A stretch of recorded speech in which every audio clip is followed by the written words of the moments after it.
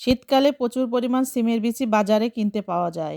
সিমের বিচি নিয়ে এসে রান্না করলাম, খেতে অসম্ভব মজার হয়েছে। এখানে 4 পিস সিলভার কাপের মাছ নিয়েছি। হলুদ লবণ দিয়ে মেখে তেলে দিয়ে উল্টে পাল্টে ভেজে তুলে নেব। এভাবে সবগুলো ভেজে নিলাম। ওই তেলে গোটা জিরে দিয়ে দিলাম, দিয়ে দিব কেটে রাখা পেঁয়াজ মরিচ দিয়ে বাদামি কালার করে ভেজে নেব। দিয়ে দিব রসুন বাটা, আদা বাটা, লবণ, হলুদ, মরিচের গুঁড়া, সামান্য পরিমাণ ধনিয়া গুঁড়া, জিরার গুঁড়া দিয়ে ভালো করে মশলাটা কষিয়ে নিব।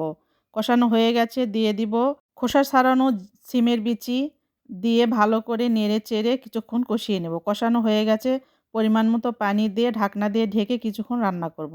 কেটে রাখা টমেটো দিয়ে কিছুক্ষণ রান্না করব। দিয়ে দিব ঝোলের জন্য পানি।